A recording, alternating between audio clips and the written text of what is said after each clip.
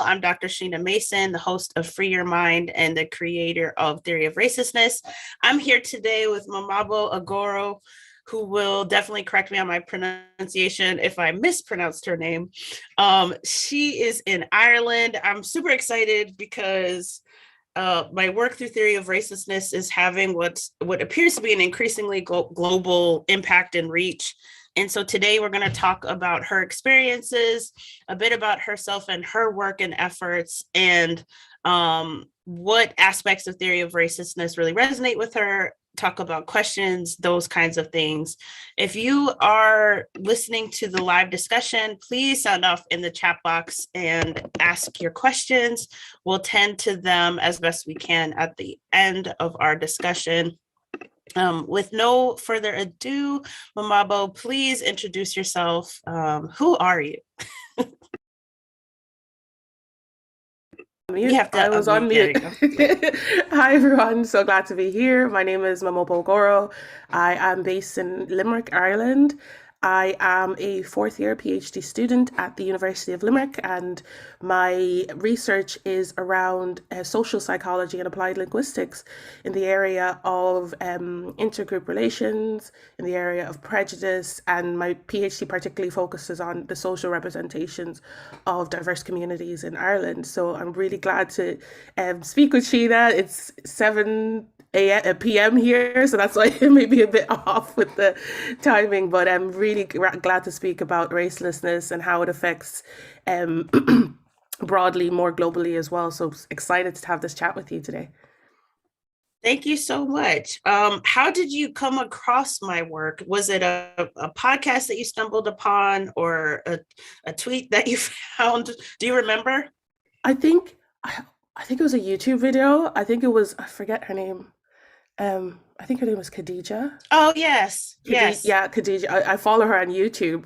So I just was like, "Ooh, this is interesting." So I listened to everything and I was like, I need to find out who this person, this Sheena person is. So then I just followed you on Twitter and contacted you from there. And then I sent it out because we in Ireland we have this sort of like group with all just like black thinkers and things like that. So I just sent it to everyone. I was like, you need to listen to this. So it was great. That's how I found you there. I love it. Thank you so much. So, Mamabo is actually how I came in contact with Eric, who I did a conversation with over on his channel and shared about that conversation recently. And Eric is also going to join me again for another conversation on my channel on Sunday. But yeah, word I find tends to spread very quickly when ideas resonate with people, especially the sort of small but growing circle of alternative ways of viewing the problem of racism and prejudice and bias and all the things, right? Mm-hmm. So it seems like a very, very small world in some ways, but the circle is growing, and it's so cool, the sort of power and influence of YouTubers these days, like that collaboration I did with Khadija. We could have had no way of knowing the reach that it would have. So small world. I'm so grateful to have this conversation with you. Mm-hmm. Tell me a bit about yourself. Like you're in Limerick, Ireland, you said. I mean, I already know the spoiler alerts have already happened. I already know a bit about what you're going to say, but tell the viewers, like, who are you, your family, all of that. Mm-hmm. So yeah, I moved to Ireland when I was 3 years old. So my family migrated from Nigeria to Ireland. My mother and my brother and my sister, so we all live here, and my cousins as well. We all live here as well. So we moved to Ireland actually in a time, it was called the Celtic Tiger in Ireland. This was when it was sort of like the economic boom in Ireland. So Ireland was previously known as sort of like an immigrant country where people would actually leave, but due to like the changing governments, due to changing policies, due to changing economics, and sort of like the dot-com era and the boom in finances, all of the sort of huge corporates were coming to Ireland to start their businesses, get their businesses growing. They needed workers. Migrants were coming in. So that's around the area where my family came into Ireland. And and a lot of migrant populations came into Ireland as well, and the hugely predominant black population are Nigerians who are here. We're here, and so it's a growing population. It's actually decreasing after the huge boom due to the recession in 2008. The population's actually gone down a lot more. But the migrant population in Ireland is actually one of the biggest migrant populations in Europe. It's actually close to 1 in 8 people in Ireland are from a migrant background. So we're a very small country, but very diverse as well. So it's that's kind of like my background as well. And I grew up in a really really small town in the southeast of Ireland called Enniscorthy, County Wexford. I grew up. Most people in my generation would be like they like understand. Most people in migrant backgrounds, my generation, did understand like, oh, I grew up as the only black person in a sea of white Irish people. So it was kind of like a dynamic and sort of challenging at times growing up in that environment. And it kind of spurred me into the path that I'm doing right now. So I always wondered as a child, like, why do people hate? Why do people discriminate? Why do people treat people differently? So I did my leaving cert, which is like your final year exams when you finish high school and things like that. So I did my leaving cert and went to the University of Limerick to study psychology. I actually wanted to go into sort of like the therapeutic realm kind of thing like that, but I kind of fell in love with social psychology and understanding intergroup relations, understanding intergroup conflict, prejudice, discrimination, and hate, and sort of spurred into that sort of world now in which I'm doing my PhD. So I think my sort of personal experience being a person from a migrant background in a very small town, very small country town in Ireland, really spurred me into the career path of understanding um, different perspectives when it comes to why people um, why people hone into the idea of racism, which effectively brings up prejudice, hate, language, all of these kind of things, and has spurred me into the work that the activism work that I'm doing as well. And I'm the founder of Girl Media, which is an impact focused digital media company. That our whole mission is to create common ground through conversations that matter and really understand that through our differences, yes, we're all different, and we're all human at the end of the day, and really honing into that fact that regardless, and I don't like to say regardless, considering all our differences, we at the end of the day, each human is worthy of dignity and respect, and we bring out digital content, videos, conversations that really try to build common ground in social justice issues and social issues happening both in Ireland and globally. So that's just a brief background on myself. Thank you so much. This is interesting. So, would you say, like, in the context of the United States, there's a lot of discussion and disagreement over whether or not racism is systemic and also what racism is in terms of how one defines it. How do you define racism, and is it something that you view as being systemic in Ireland? And if so, how? Like, how can we measure whether it's systemic or not? So, yeah, my perspective on racism, and it comes from like more of like a psychological part of it. So my perspective of racism is that racism is under the umbrella of prejudice. So prejudice is this idea that we may not there's racism in sociological perspective where in this idea of systems of power and systemic racism and things like that. But in the psychological perspective, it's this idea that it's under this idea of prejudice and this idea of othering and dehumanization based off phenotypical characteristics. So that would be one of my perceptions of race and racism, based off like my background in psychology, and then in sociology as well. You can have the racism as a sort of system and a sort of structural element in which there's this perceived idea of hierarchy of which people who are racialized as white are at the top and everyone else is at the bottom.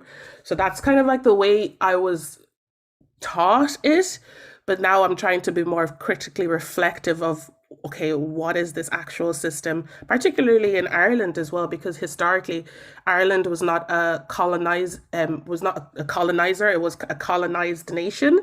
So there's a huge sort of conflict when it comes to understanding race and racism in Ireland, because um, when people are talking about like, oh, white people colonizer, da da da da da.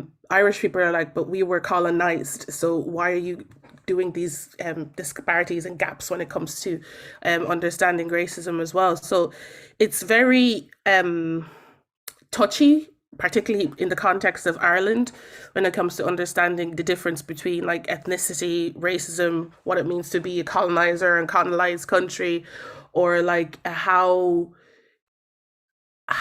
different groups are perceived in the wider public and the wider sphere as well. So I would say that in Ireland there is different elements of systemic racism due to different systems that have been in place, particularly when it comes to migrants. But I don't even know if I should characterize it as racism or like discrimination based on a migrant background, because discrimination is not due to, let's say, your phenotypic characteristics. It's due to other elements such as culture or ethnicity. So yeah, it's a very complicated question, and I may not be speaking to it more articulately as I should, but it's very complicated, and I'm very critical and skeptical when it comes to the language around it. And Ireland, we're at this such a new phase because, like, obviously, yes, there have been people of racialized black backgrounds for hundreds of years, but a predominant population has only existed for the past 35 years, let's say.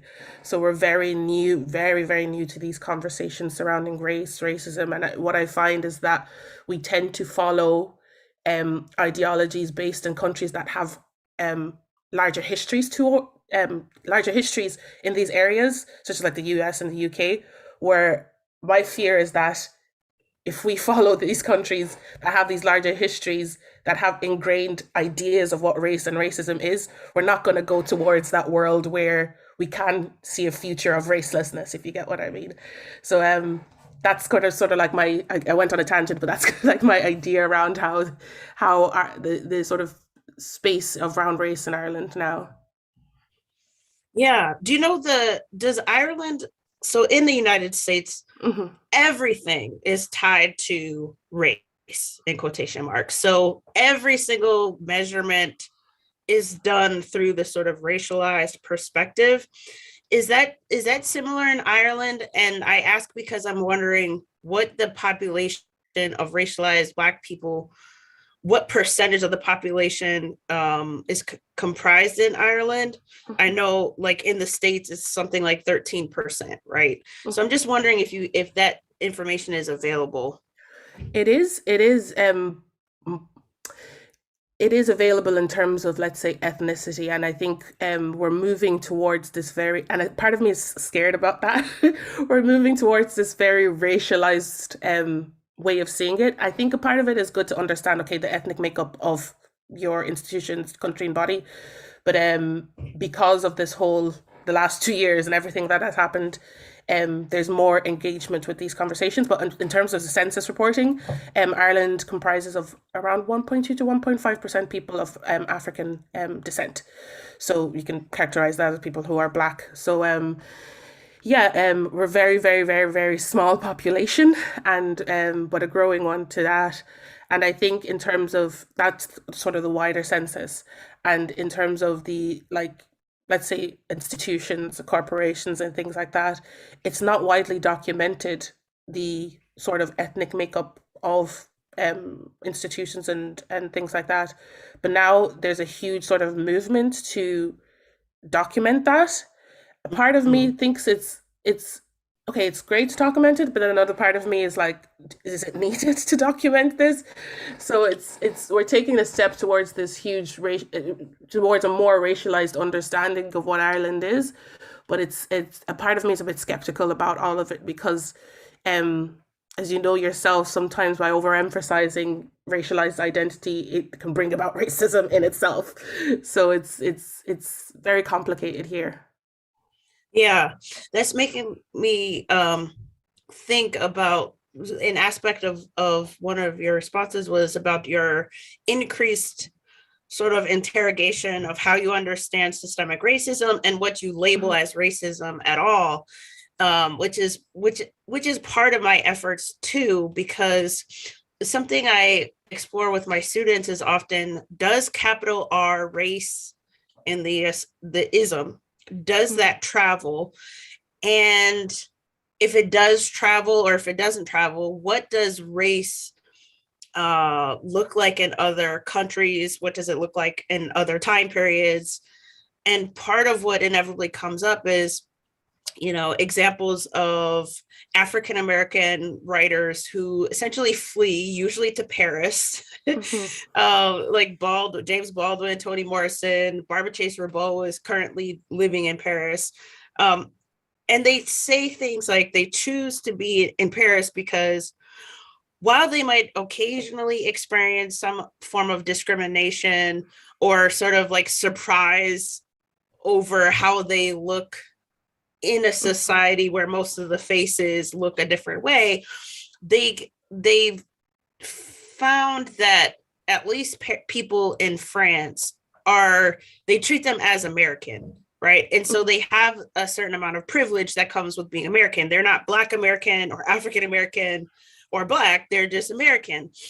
And that makes me think more critically about, okay, well, as an American, if I can go to a different country in Europe, and I can experience the privilege of being associated with America, but let's say somebody from Nigeria comes to the same country and they experience discrimination, then the mhm, question that I ask and I'm still thinking very deeply about is it racism, right? Is it mhm, racism? Because I feel like in the context of the states, we've come to there are these certain beliefs that are upheld and propped up as absolute truths, such like white supremacy is everywhere, anti-blackness is global, which is the same as saying racism is global. And I would be okay with those assertions if I felt like, from my own knowledge, it was true. mhm, But I don't think it's as neat and tidy or as black and white, pun intended, as people try to make it out to be. And I think mhm, where we land in terms of how we conclude the conclusions we make about this is it matters because I have a lot of students who move through the world feeling as though they don't belong because of who they are, which they mhm, translate as because I am Black, right? mhm, And I think that if we're true and sincere about our effort to liberate, if we're true and sincere about our effort to empower people, we shouldn't be encouraging this mindset that uh, might not be by most people's definitions rooted in reality. mhm, And then it brings about the question to who benefits from those beliefs, because it's not people racialized as Black, right? mhm, I don't think we benefited thinking that we don't belong any place in the world. you know mhm, and if everything is racist and everything is racism, then certainly that makes it undefeatable in a way, mhm, because if it's omnipresent, if it's in the very air that we breathe, then I mean you can't overcome that. I guess in theory, I would say you can't overcome it, and that's why I meet a lot of people who are pessimistic about our ability to transcend the problem of racism. mhm. So is that sort of the line of inquiry and the line of thinking that you're going down yourself, in terms of not being so quick to just label something racism because the labeling of that matters? I think I'm definitely of that waveline in terms of thinking and being more critical when it comes to understanding different situations and different outcomes of things in Ireland as well.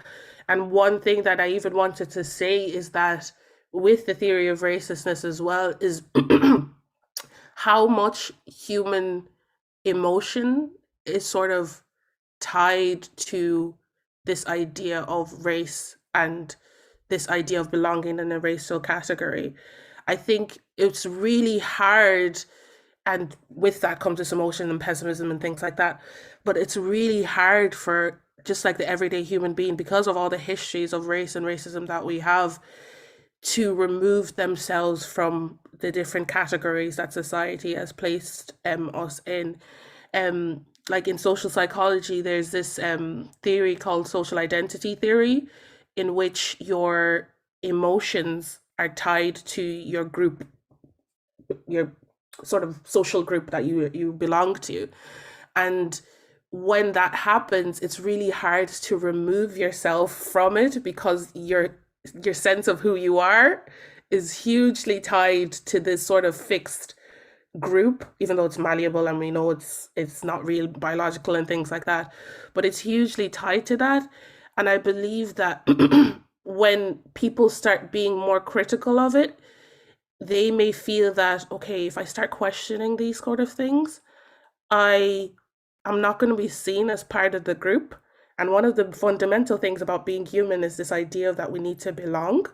And if you don't belong in your perceived racial group or your racialized community, where do you belong at the end of the day if you start questioning these sort of things? So I don't think the world is sort of like, I'm probably one of those pessimistic people as well. I don't think people are ready to remove themselves or remove their emotional ties with their racialized community or racialized group, because it'll put them in a space of not belonging in a group. And this is even in the sense, this is my perception, and even in the sense of the US, and even for Africans living in Africa or migrated from Africa as well, when we're in this sort of the wider, like, let's say, European context. So it's really hard for us to sort of move forward in understanding and breaking the boundaries of race, because our senses of selves is just hugely emotionally attached to this idea of blackness, or this idea of whatever race box you put yourself in. And unfortunately, it's people who are in this sort of not white, let's say, that they're more attached to this racial group because of the histories of race and racism as well.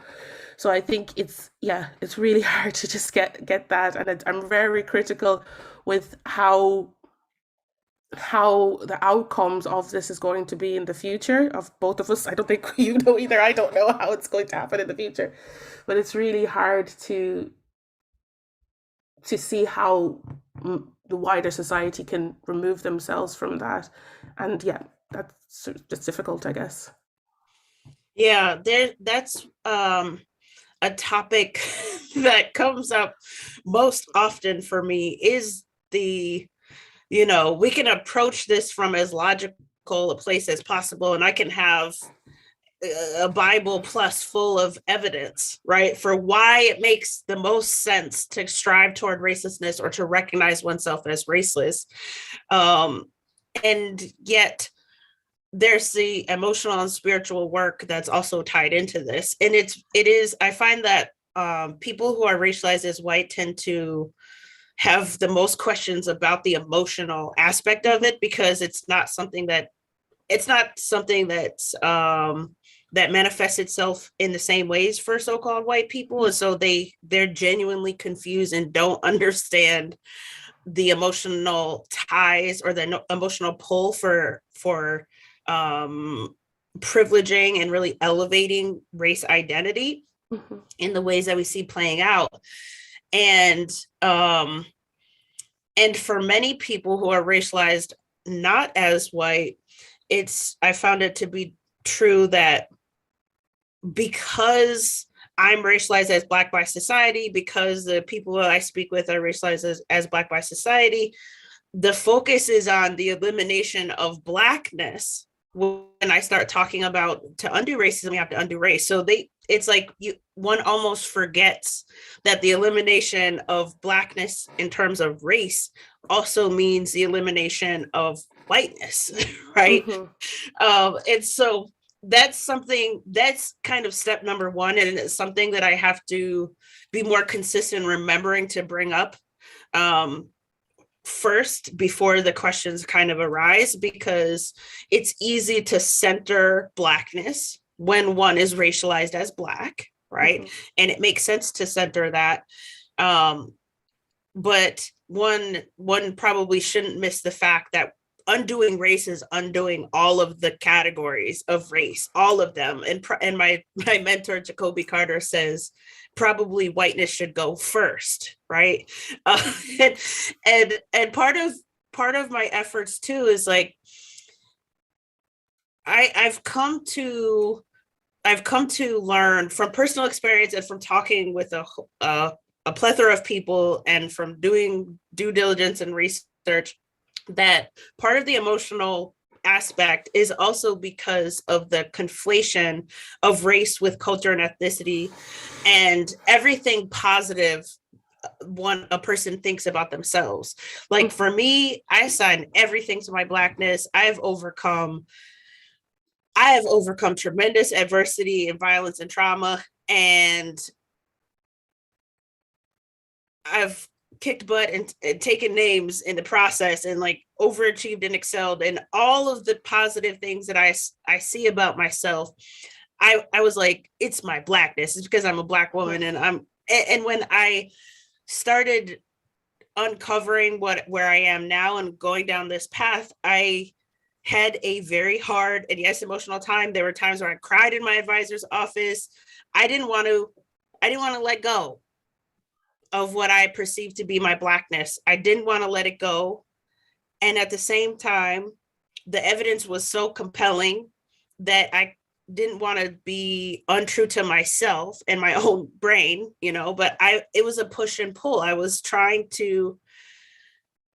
had to decide, am I going to try to ignore this and just go down a completely different path and try to fight my own mind, which is, the definition of insanity probably, or am I going to embrace this and go with it? And I ultimately decided to go with it, to continue to pursue the path that I was on. And I was a constructionist at the time, but I was a constructionist eliminativist. So that helped me sort of ease into and accept my eliminativism because I was still working within the category. So I didn't have to necessarily just let go in the way that I was aspiring to help other people see that this is probably the best path forward. And it took me years to get to a point where I recognized something clicked in my mind. I recognized that I wasn't a constructionist anymore. I was a skeptic. And the clicking moment for me was recognizing that what I just said, everything positive I see about myself, I'm assigning it to the racial category. And I had to realize that none of it is race. I'm not any of these things because of my race, as I was that was the story I was telling myself, right? And so in removing race, I wasn't removing any of the positive things about myself. If anything, I was bringing them to the forefront and elevating who I really am, because I was liberating myself from the box that racism and racialist ideology creates and puts all of us in. And once I was able to realize that, I was like, oh, okay, so I'm not really advocating for the elimination of Blackness as people perceive Blackness, right? That, to me, that stays. We just call it something different. Like we call it something that's not assigned to race and thereby a sort of arm or extension of racism. And in that way, we get more of what we want, because I think most people would prefer to live in a society where racism isn't, the status quo. So I've helped people. How do you manage when sort of like the external, because you have this consciousness that yes, you're removing not removing your Blackness, but like not attributing all your success to your Blackness, but how do you manage when the external forces are attributing that to your Blackness as well? Because there's always this wider understanding of Black excellence, Black greatness, and all these kind of things. How do you manage that? Well, I would argue that people take my sort of, extraordinariness and they don't tend to assign it to my Blackness. If anything, they call me the exception, which is to me part of how racism masquerades itself as race. Because society will say, all day, black hashtag black excellence, black girl magic, yada, yada, yada. But when you hold people's feet to the fire, they'll tell you that you're just the exception because systemic racism makes it such that the vast majority of people don't actually achieve what you have achieved, even if they have the toolkit to do so. They don't, because systemic racism is keeping them down, and all of this other stuff. So then my own experiences become discounted and devalued by proxy of how people are racializing me. And that's truly because that to me is truly the nefarious part about how racialist ideology works. Because another aspect of it is often how Blackness continues to be produced is such that people presume that I'm anti-Black because I'm saying something that doesn't support their own narrative and beliefs. Yeah. For no other reason, not because I say anything that is anti-Black or racist, right? But because I'm not going along with what people want me to go along with, which is they want me to keep my Blackness and in the way that they want me to keep my Blackness, without recognizing that my Blackness hasn't gone anywhere. If anything, it's elevated, right? I just don't call it Blackness. I don't assign race to it. And that's the sort of seemingly never-ending quagmire that people who look like you and I find themselves in. And that goes back to the sort of group dynamic thing of it. Is like when people move beyond the borders and the box of race, the group that is racialized as Black, they're like, why are you doing this? This is the norm. Da, da, da, da. You're like, no, we need to. I think a lot of people just don't understand these concepts to the extent that we understand the concepts, that it's just generally accepted that being Black is A, B, and C. Being whatever is A, B, and C. Being white is A, B, and C. So it's once people deviate from this quote unquote norm, there starts to be this sort of ostracization of people and saying you're not Black enough, you're not this enough. It's like it's very interesting to really look at it from a social psychological level of why people do this or the group dynamics there. But it's really hard for the group because of the histories that go along with being racialized as Black. It's really hard for the group to change its mentality. Yes, we can have pockets of individuals changing the mentality, but my question is, how do we get the group to change its mentality? Because if we have the pockets of individuals, it's going to be really hard to steer the entire group. And yeah, that's really going to be really difficult. Yeah, it's I find it to be less difficult when people are presented with information and alternative philosophies of race. And it seems so straightforward that people are like, how could it be so easy though? And I'm telling you, based on my experience, it is easier than we would think, because part of the roadblock is voices like mine, philosophies like mine.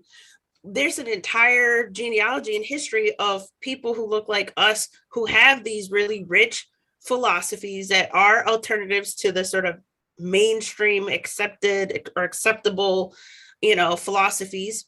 But those voices get marginalized and excluded, viewed as being outside of the box of Blackness. And that's why they're marginalized and excluded. Books go out of print. They're not canonized. They're not taught. We have canonized writers who wrote really complicated things that show the complexity of their philosophies of race, but those texts by those canonized writers aren't taught. Zora Neale Hurston is one of them. Toni Morrison is another. James Baldwin is another. Malcolm X is another. The list is very vast and expensive. And I find that when you're able to bring to the table these evidence of other alternative philosophies of race, simply going through the 6 categories, letting people know what the philosophies of race are, helping them identify for themselves which 2 philosophies they hold, because we all hold 2 philosophies without having the language for it, and then teaching them about the alternatives, specifically skepticism and eliminativism, which is the 2 meanings of theory of racistness. I find that it's actually an easier sell for people not Mhm. racialized as white, which sounds like it should be the exact opposite based on the emotional aspect of it that we just spoke about. But I find 9 times out of 10, when you teach people these alternative philosophies and you turn a microscope to other places to help people get a better image of what the fishbowl is in America, right? By going outside and looking at, outside thinkers or people like Chimamanda Adichie, who writes the book Americana, where she's really showing us capital R race, how it doesn't Mhm. travel and how it looks different and all of that to really highlight the fishbowl. When you're able to do that, I find it's I'm telling you, it's easier than Mhm. one would think. And I think that's part of how racism, as I define it, keeps having its way with us, because it would have more of us think than not that us just being people think than not that this is going to be a gargantuan task, right? That is almost virtually impossible, and that Mhm. keeps us in the box of racialist ideology in many ways. Whereas I find in actual experience and the day-to-day work that I do, people are really compelled, and people who look like me and you are often the first people to be like, you know what, I actually really kind of thought this in terms of skepticism, but I didn't have the language for it. I definitely didn't have the knowledge or the evidence. I just felt like something was kind of off, but I was just kind of going along with what's being packaged as Mm. progressive, because it sounds right. And also, by the way, Dr. Mace, I've never been given alternatives. I never would have known that there was a different way to do this work of resistance or this work against racism, because nobody has ever taught it to me. So I literally was just thinking this was the only way to do it. So of course I'm just going to do that way. Mm. And I'm telling you, it happens every single semester. It happens at every workshop or conference or speaking event that I do, where people who look like us are almost flabbergasted. I had a guy give me a standing ovation at a workshop that I did. And he came up and he took the mic and he was like, I just want to thank you. It was supposed to be a question and answer, but he turned it into, I just want to thank you sincerely for saying what you're saying here and yada yada yada. I thought I was alone and questioning how things were going in the DEI space. It was a DEI workshop. Mhm. And every time you'd think the surprise would stop at some point, but because I know the history of how the production of Blackness has operated, I am always surprised to get these responses by so many people, like almost everyone, because I'm like, oh, but that just goes to show that people subscribe to the current ideology mostly because they don't know there's a different way to do it. They just Mhm. don't know. And when they know, more often than not they feel connected with it, but it is really a matter of giving people a different toolkit, and which is the same as saying like giving people this other information, and that simple action translates and reverberates in ways that, like you said, we can't even fully wrap our heads around. And the last thing I'll say too is it's interesting because racialized white people are taught in our societies not necessarily see themselves as white, right? Mm. Because they don't have an affinity for their race identity, usually, unless we're talking about, white Stereotypes. supremacists, Yeah. white nationalists, right? Mm. Um, but that's such a small minority. And so what's really interesting in how this discourse has progressed to this year, very recently, I'll have the most resistance from racialized white people, in terms of both skepticism and eliminativism, because I think there's fear, and maybe you can tell me is with the one Mhm. with the psychological training, but I think there's fear of being on the wrong side, in Mhm. quotation marks, of this thing called racism. And so I think my experience has been that people fear being misconstrued as being racist because, if I adopt this different way of viewing this thing, people, because I'm white, people are just gonna jump on me, Exactly. even Yeah. if I think it's right, they're gonna jump on me, they're gonna call me racist, and then that's gonna be the end of the conversation. I might lose my Hmm. job, and Hmm. so on and so forth. um but again, with the right amount of evidence and discussion, which is critical, um 9 times out of 10 they come around and they have a hard time seeing a different way forward as well.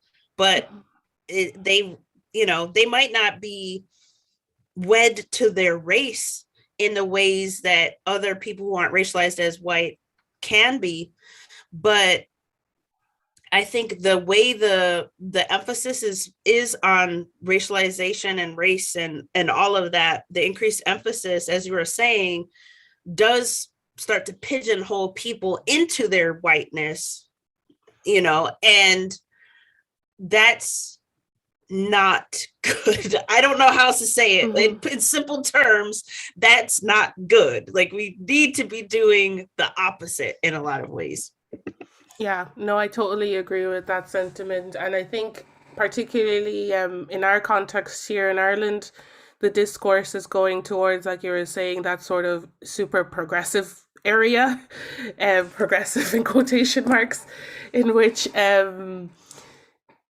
everything is not everything. I'm in the EDI, we call it here, the DEI space, and it's becoming very racialized, and it's becoming the space where, like you were saying, a lot of people who are racialized as white are becoming fearful of and being critical about issues as such, and of fear of being targeted or said that they're racist and things like that.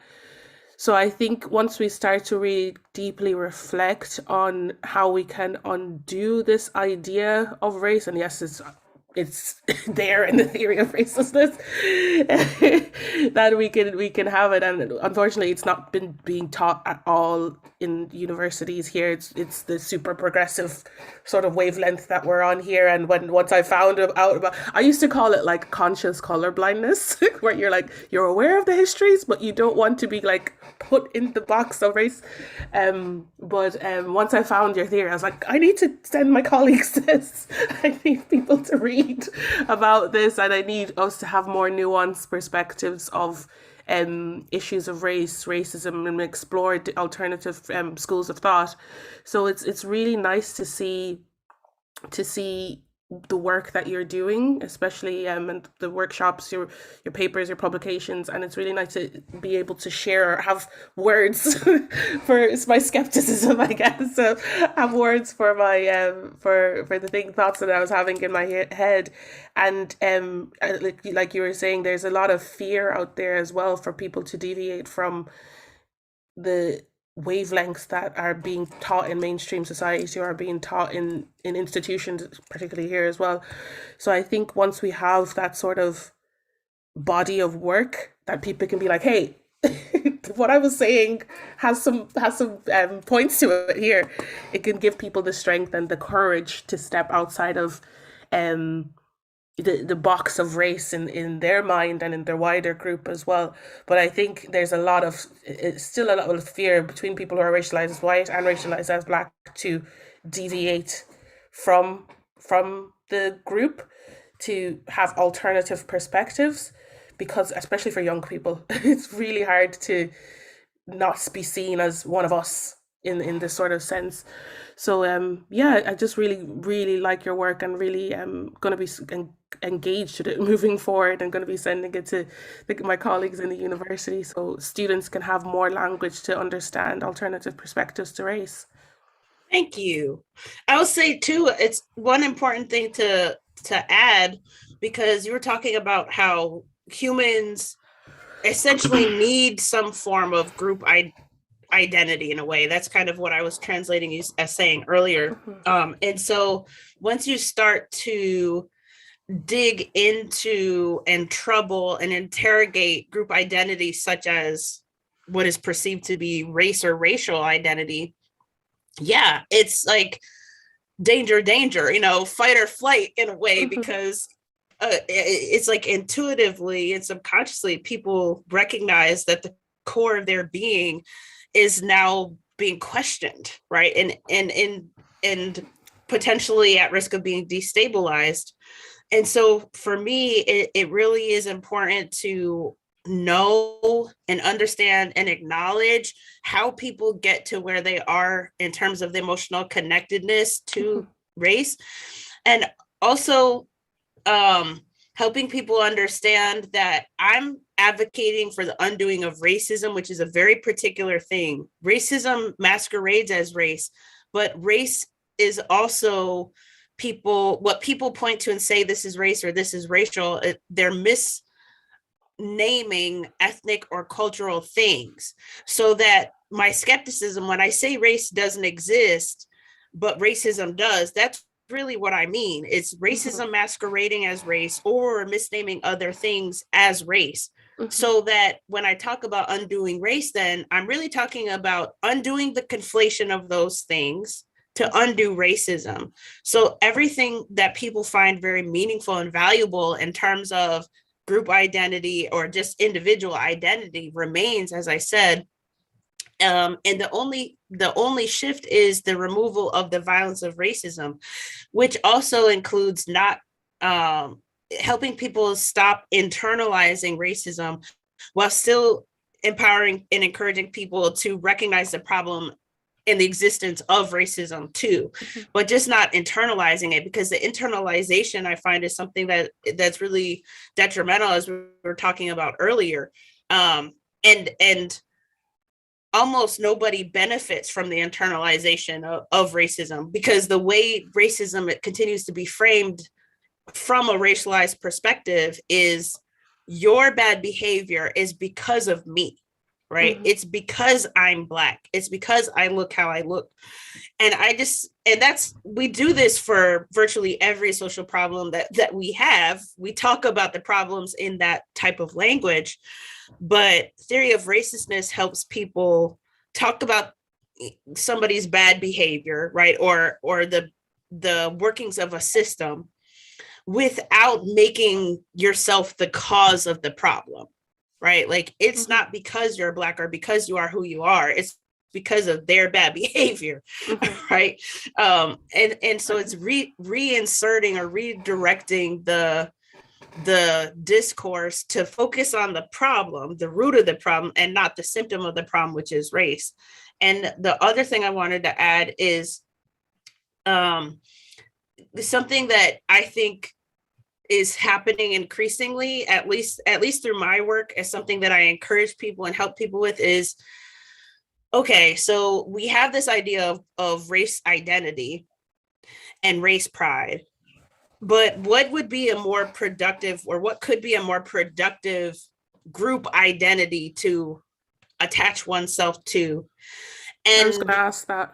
I was going to ask, so what category, because humans, we categorize, it's just our nature to categorize, and the differences that we do have in terms of phenotype and skin color and things like that, it's just seen. So what right. category do you think we should use moving forward?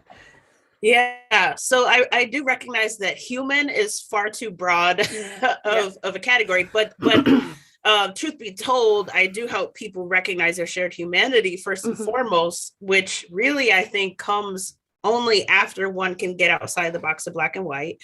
But also in the context of the United States, it's Americanness. You know, I talk about American as an ethnicity and as a culture. And I talk about how racism has been constructed in a way that the default presumption of Americanness or American is white. That's what it's traditionally been. And it makes perfect sense that that's what it's traditionally been because of the history of racism. And after emancipation, everyone else had to hyphenate themselves onto whatever American was, which really highlights my point that American was really meant to describe so-called white people. So that African American, Black American. And now it feels like if we remove the sort of prefix like Black from American, it feels like a loss. It feels like an absence. But I help people recognize that culture and cultural formation is far more complex and multi-directional than race ideology encourages us to actually see and recognize and embrace. But if we can get outside of the black and white, we can look at cultural formation more critically to see how, like Edward Glissant's notion of creolization is a more accurate way to think of American society and American culture, so that Black culture is American culture is Black culture, and American culture is also inclusive of the other different like points of origin that end up creating the country and the nation America. So that American describes all of us if we're able to recognize that and get outside of our heads in terms of racism. It describes all of us. It's an assertion and a sort of reassertion of power to recognize American as describing all of us and not feeling the like there is absence, because so long as we continue to think of ourselves in segregated terms, then the problem of racism will continue to persist. And so I encourage people to embrace and recognize American and Americanness as sufficiently explaining who they are and who their ancestors were and so on and so forth. But I also don't discourage people from, and I think that's true for people in Ireland. Like when I was talking with Eric about it, he was talking about how, I think he said he did he create a group Black Irish or Oh, something like that? he's the political coordinator for the group. So it's a non-profit organization that highlights the voices of Black Irish young people or people in Ireland. Yeah. Yes, yes. And we were talking about the complexities of that because for many people, um, although their families immigrated to Ireland, at some point, I think people start to see themselves as Irish too, right? Like Hmm. you're Irish. And how you participate in culture can be more complex or Hmm. different. But ultimately, at the end of the day, your Irish heritage is also there, and your Irish identity, if you will, is also Hmm. there. So I view that as being true for America. And I think if we can get outside of attaching race to Hmm. the ethnic or cultural or and national identity, that's going to be a requirement in terms of transcending racism. Hmm. But that's not to say that people can't can't still hyphenate. I just think that the hyphenation should, like the Black American, I think that that has to be dispelled, because for all of the reasons that hopefully I'm rendering really clear, because of its attachment to racism. Now, if we get to a point as a nation where we have a sincere and sustainable reconciliation, right, and reunification, and Black American comes to only speak about ethnicity, Hmm. and it's in no way, shape, or form conflated with race, so that Black American is very specific, then I would be 100% okay and embracing of that. But knowing where we are now, knowing how racism works now, and knowing how it is conflated with ethnicity, I think for me that's the stumbling block in terms of keeping that type of language to describe Hmm. a particular thing. Um, and truth be told, I should say this: I don't have all of the answers. Right? I'm very early. I just earned my doctorate. The fact that I have even conjured what I've conjured this early in my career is nothing short of a miracle. I don't have all the answers. I'm still learning. I'm still thinking through all the different aspects. But right now, that's been my sort of strategy. And I find people to be very receptive and actually surprised at the notion, which tells me that it's not a solution that has been posed to most people, because Hmm. they're like, oh yeah, because even when I started in my earliest iterations of the theory, I remember having a conversation with somebody on my committee, and we were both convinced that okay, if we're undoing race to undo racism, that's fine and dandy. But now we got to come up with new language. We have to Mm, replace the race language with something else. And I even was convinced, like, yeah, that's true. But then as I was doing the work, I came to recognize that no, there needed to be a replacement, because what that's really saying is I have to replace racism with something else. Because if racism is masquerading as race, why would I want to or need to replace that, right? Like, that's mhm, not something, which is also why I'm against reconstructing race and keeping it, because I'm like, that's the same as reconstructing racism. And why would I want to do that? We've mhm, already done that for centuries. Why would I want to continue doing that? So once I saw it through that lens, I was better equipped to help other people kind of see it similarly, and then it makes sense. But again, the emotional aspect of it and the emotional journey of it and the emotional labor of it should not be, devalued. It's definitely work. It's mm. definitely work, but it's work. It's worth it. And what are your thoughts on like, because you were saying you were removing the Black American sort of title, just removing Black American and saying you're an American. What are your thoughts on like people who's calling themselves African American then? Because that's more ingrained with their ethnicity rather than their racialized identity. Yeah, that was my default for a long time. I said, okay, to get away from racism and the box it creates, I'm going to adopt the term strictly African American, but mean it strictly in an ethnic sense, Hmm. right? In an ethnic, which includes cultural, etc.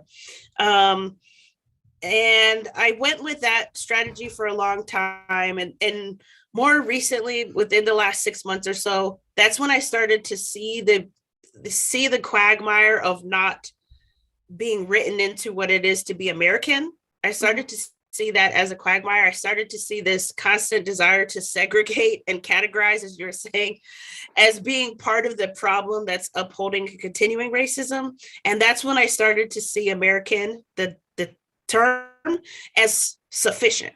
And I like freed myself from feeling like there was something absent, because as an American descendant of enslaved people myself, I know that my ancestors died and fought to be seen as American. They didn't fight to be seen as hyphenated American. They fought to be seen as foundational Americans. And and with that, I've now gone away from saying African American, but I find myself occasionally saying African American when I'm trying to refer to something specific. But because I know it's conflated with the term African American is conflated with race, that's also my hesitation for seeing that as a sort of permanent fix, Hmm. because people still hear African American and they're still going to tie it to race, if you will. Mm. But I mean, that being said, I do think it's a better alternative than Black American. um, and I do think there's a way in which we could work toward disentangling and disconnecting race from that, Hmm. and um and that would give more people what they feel is missing from American, right? Because there are many, many people, myself included, who are feel inclined to feel more connected with their roots by adding something in front of American. And Hmm. I can appreciate and honor and value that. Yeah, I think for in here, particularly with my generation that grew up in Ireland, but we know our sort of ethnic origin and our parents were migrants and things like that. I think, especially when it comes to like the research around acculturation, there's the different psychological acculturation rather than like French literature theory and things like that. In psychology, acculturation, it's when young migrants are adapting to a new sort of environment. It's better to have that sort of mixed identity or hyphenated identity. This is just based on research and my own personal experience. That hyphenated identity, because that you don't want them to lose. They don't want to lose their heritage, but they are a part of this new environment in which their parents moved into. So that's why I was asking, like, okay, what is your thoughts on the African American? Because personally, I would say I'm Afro Irish, just because I am Nigerian and I'm Irish at the same time. So it's just operating this space of in between cultures, I guess. Hmm. So it's hard for a lot of people to separate the Afro Irishness from blackness as well. So it's again it's just a space of exploring, being skeptical. But that's why I was asking those questions. Yeah, I kind of go back and forth between Afro American. Barbara and Karen Fields use Afro American in their book Racecraft, and they're doing it from a specific ethnic cultural lens because they dispelled the notion of race for reasons I've pretty much just said.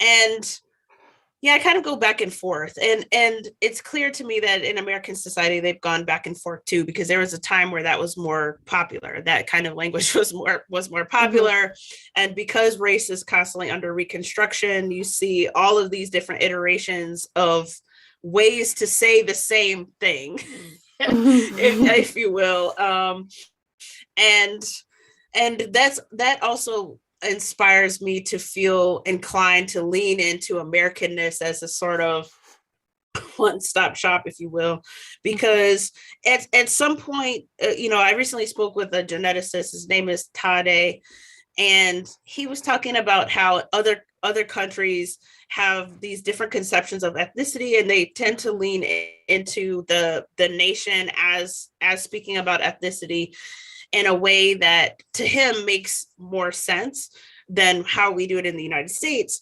And it struck me that if we keep reconstructing um, race language to speak about ethnicity and culture, that we will then continue to have the same quagmires, which is why I've just gone pretty hard into the sort of direction of American, because the question and something he and I spoke about is like, to him, he was saying people tend to go a certain number of years back to decide or dictate their racial origins. But he's like, to him, it doesn't make sense, because if they went back even just 100 years earlier, or 200 years earlier, or 1,000 years earlier, they would find more likely than not that their ancestors originated from yet a different continent or a different place. So why wouldn't that be then determinant of one's race, right? Why is race sort of, why are people fixated on a certain point in time to say this is my origin? And I was thinking really deeply about that in relation to the American history, because at what point does one become American? If my ancestors have been here since the European settlers came here, right? And they were free Africans, make no mistake, there were free Africans who also came and were settled here, right? And so if my ancestors were here from before the US was a country, separate from England, at what point am I American? At what point? Like, why am I still trying to reach even further back in ways that we see that racialized white people in this country tend not to reach back? And if they do, you have plenty of people who are proud of their Irish descent, or proud of their German descent, or whatever, their French descent, whatever it is, Italian. But I think that's also problematic, because all of those things still get tied up into the idea of whiteness. When I know, at this point, I feel like I know more Black Irish people than I know white Irish people, right? But when people hear Irish, it's the same problem that I was talking about. When they hear American, they think automatically you're talking white. And so there's a way in which even that language has been tied up with race, and it's become a proxy for race in problematic ways, because there's this British Nigerian comedian, Gina Yashir. Y'all need to look her up. She's Oh, I know. hilarious. I've seen her. She's so funny. She's so funny. The first skit I saw with her, she was like, she said a couple of sentences, and then she looks at the crowd and she's like, yes, did you not know that Black people are in England? We're everywhere. And I was like, yo, that is, it's funny because it's true. And it's funny because people, most people, not all people certainly, but most people aren't expecting a British accent to come from her because she looks how she looks, and to be British or to be English has been conflated with being white. Mm-hmm. So I think I say all of that as a very long-winded way to say that we started this conversation out talking about how identifying any happening as racist or as evidence of systemic racism is complicated. And I think that that nuance is also present in trying to find alternative ways to say the same thing. And I think that the nuance in trying to find alternatives to say the same thing also continues the problem of the thing that we're trying to escape, which is why we keep trying to find new language. So I think it would be a radical move to encourage more people. Certainly not everyone is going to be compelled to think this way or see themselves this way, and that's fine. But I think it's a radical and profound move to start seeing oneself as American and to stop seeing oneself as a second-class citizen in America. And I think how we do that is important in the language that we choose, because it's not a matter of rhetoric, as I say, or semantics. It's really a matter of how we speak about a thing is how we think about a thing. If we continue to think about ourselves as segregated, separate, and distinct, then often that corresponds with the hierarchies that society tries to assign us to. And I think the way out, there are going to be downsides to more people subscribing to Americanness or Irishness, right, without hyphenating. But I think that in terms of a nation's citizenry, it would have more positive forward movement than not. Yeah, that's really interesting. And it just sparks some more excuse me, questions in my head, and I'm just like, this conversation could go on for hours. Go on forever. It could go on forever, because I'm thinking now that, like, okay, so if we amplify this sort of unified national identity, where does that go in terms of different elements? Because as humans, we always want to categorize ourselves and have this sort of group identity, but then there's always going to be this other. So once we have this national identity, what does this have to say for in terms of like migration and immigration and things like that? So yeah, we could go on for and this could be another conversation, but it's just really fascinating how let's say how we can actually move beyond the box of racism and mechanisms that we can use for individuals wherever they're from to move outside this idea of being categorized as white or black or whatever. So it's really interesting. Really enjoy this conversation. Thank you. Me too.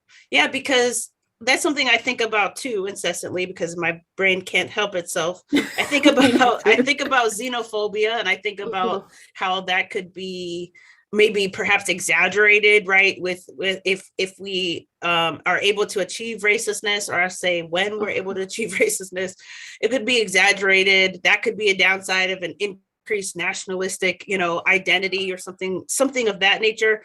But at the same time, at least to my mind, I'm not striving for paradise. I'm not striving for utopia. I know there are plenty of other hierarchies that exist outside of racism. Racism is just one hierarchy. As you said, prejudice is sort of the umbrella, and racism is part of that. And the theory of racistness doesn't work to resolve all of those other problems, I would say, societal problems. It's really just working to resolve one of the problems. And I think that's the best any of us can do. I'm devoting my life's work to just trying to resolve this one. I do think that when you're able to help people outside of the black and white way of thinking and seeing the world, though, it does translate into a more nuanced understanding and appreciation for other categories. Mhm. The us, because ultimately we're talking about a sort of us versus them mentality in Exactly. terms of othering and grouping. And I've seen it help other people approach the us versus them in all other aspects with far more nuance than they were able to, because they were encouraged to think in the racialist ideology. Mhm. So while I'm focusing on racism, it does have other positive effects, and I think it could, you know, I think it could reverberate into other hierarchies in meaningful ways in how we grapple with them. But in my mind, it's definitely a sort of one step at a time. And Yeah. I also don't think that I also don't think that, like, sometimes people say, well, but other human beings always need to categorize and yada yada yada, tribalism, yada yada. I say, okay, Mhm. so what you're saying is, so we shouldn't solve racism. And then once you put it like that, they're like, oh no, that's not what I'm saying. Okay, Mhm. good, because I think we can still solve racism, Mhm. even knowing that other hierarchies are going to exist.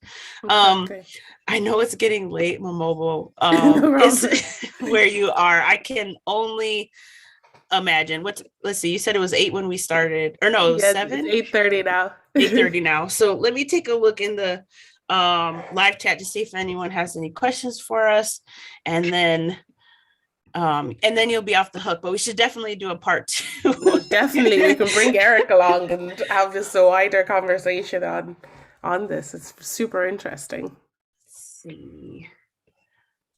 Oh, okay. Steve is asking, can you two discuss unconscious bias and either the deleterious effects on racial relations? I'm not sure what you're asking, Steve. Do you get a sense for what he's asking? No, no, especially the Okay. latter part of it. Yeah, and either the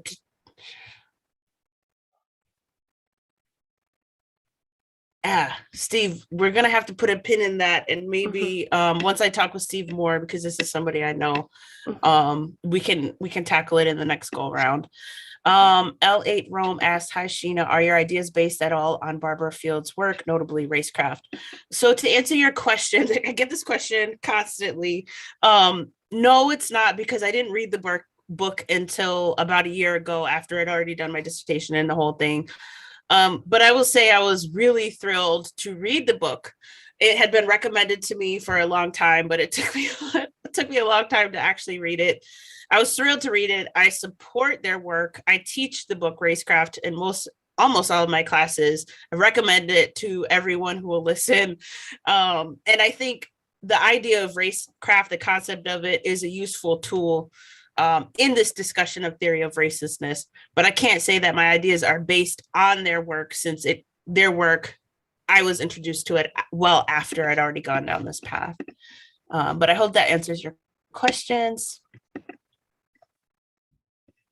Shane, so good to see you here. Walter Ben Michaels. Yeah, so L8 Rome also mentions a good line from Walter Ben Michaels, who Mhm. would agree with your position, I think. In terms of how ethnicity is employed in America and its construction, ethnicity is just race for white people.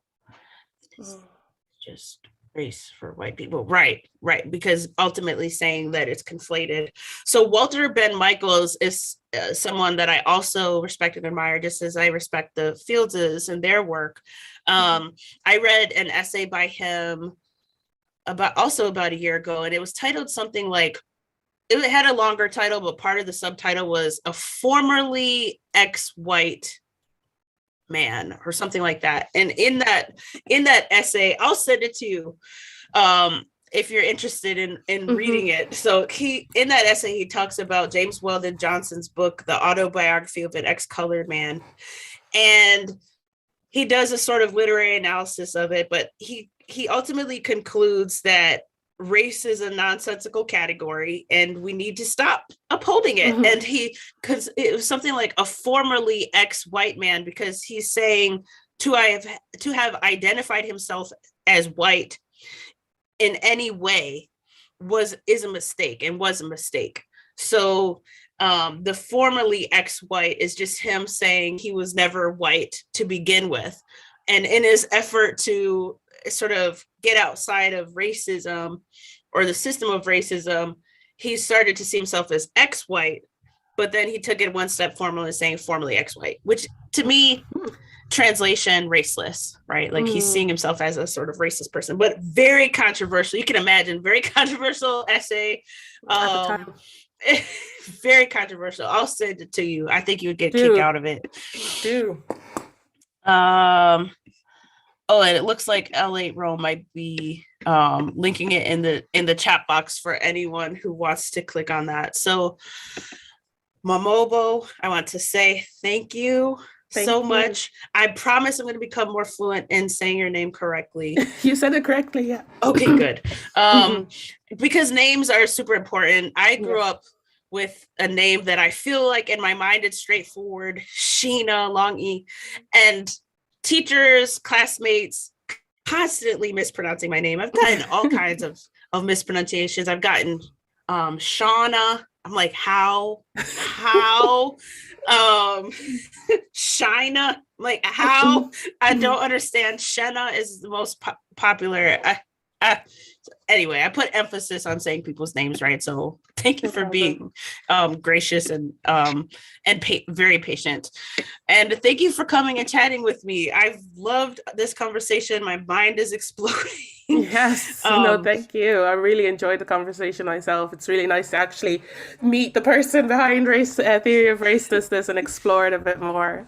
Thank you. Yeah, I feel very humbled and flattered and excited to talk more and to talk again and also get my hands on some of your work, because I know that you're doing some very important work, and this is a mutually beneficial relationship. I want to learn together. So please send me anything you have. Yeah, of course. Thank you. And I look forward to also you crossing and joining me on the other side of your PhD. That'll be a celebration. When I finish next year, it's going to be hopefully if I don't extend it, but next year, that's the year I just need to finish. Yes, it's going to be an excuse for me to come to Ireland and celebrate. Thank you so much. And everyone else, thank you so much for joining us in the live chat. We love y'all. Love, light, liberation.